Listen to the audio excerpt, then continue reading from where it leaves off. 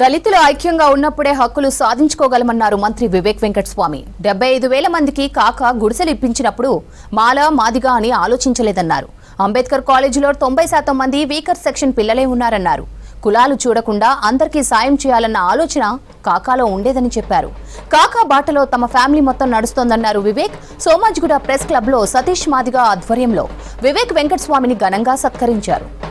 అసెంబ్లీలో మాట్లాడినప్పుడు అన్ని చోట్ల మాట్లాడినప్పుడు నేను ఒకటే ఒక అంశం చెప్పినాను. దళితులు ఐక్యంగా ఉండాలి.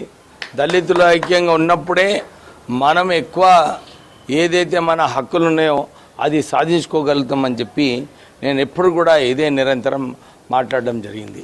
ఎందుకంటే మా నాన్నగారు ఇప్పుడే సతీష్ మాదిగ గారు చెప్పినట్టు మా నాన్నగారు 75,000 మందికి గుడిసెలు ఇప్పించినప్పుడు అప్పుడు ఎప్పుడు ఆలోచించలేదు, మాల మాదిగాన్ని ఆలోచించలేదు, మన దళిత సోదరులు అని చెప్పి ఆలోచించినారు.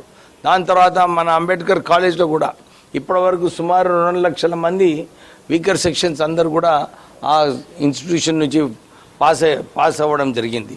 అంటే పేద ప్రజలకు ఎప్పుడు కూడా ఇది ఈ కులం ఆ కులం అని ఆలోచించకుండా ఎవరికి న్యాయం చేస్తే ఎవరికి సహాయపడితే బాగుంటుందని చెప్పి ఆ ఆలోచనతోని కాకా వెంకటస్వామి గారు పనిచేసేవారు.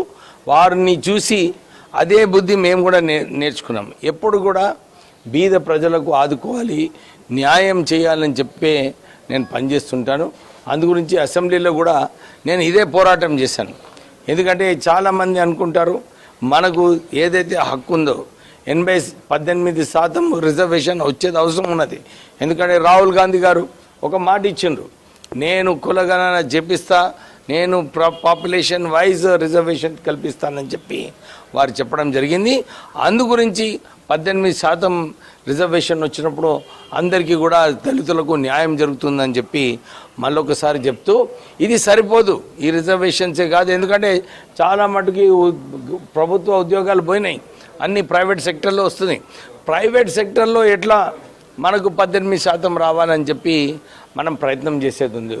దాంతోపాటు మనకు ఆర్థికంగా మన జాతికి ముందుకు రావాలి, మన జాతికి 18% బడ్జెట్ రావాలని చెప్పి మొన్న అసెంబ్లీలో కూడా బడ్జెట్ సమావేశాలలో నేను డిమాండ్ చేయడం జరిగింది. దాని ప్రకారంగానే వాళ్ళు డిమాండ్ పెట్టినారు, నిధులు పెట్టినారు. కానీ ఇంతకుముందు సతీష్ మాదిగ చెప్పినట్టు ఆ నిధులు వచ్చేటట్టు చూడాలి, ఆ నిధులు ఖర్చు పెట్టేటట్టు చూడాలి.